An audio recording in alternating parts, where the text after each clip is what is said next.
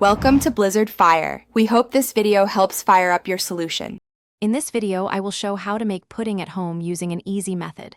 First, gather your ingredients: 2 cups of milk, 1/4 cup of sugar, and 2 tablespoons of cornstarch.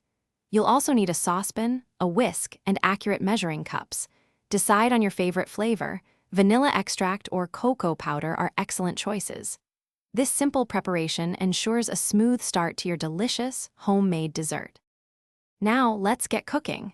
In your saucepan, combine the sugar and cornstarch thoroughly. Gradually whisk in the 2 cups of milk until the mixture is smooth and lump-free. Place the saucepan over medium heat, stirring constantly with your whisk.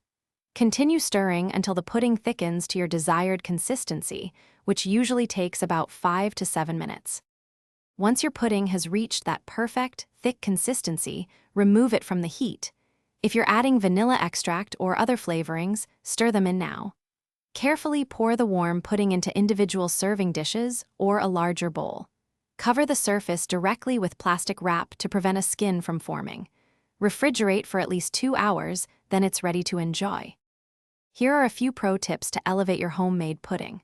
A tiny pinch of salt can really enhance the overall flavor, balancing the sweetness beautifully. For an extra rich and creamy texture, consider using whole milk or even a splash of heavy cream in your recipe.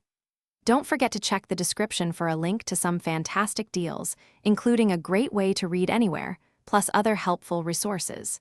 Enjoy your delicious, homemade treat. Thanks for watching. If you found this helpful, don't forget to like and subscribe.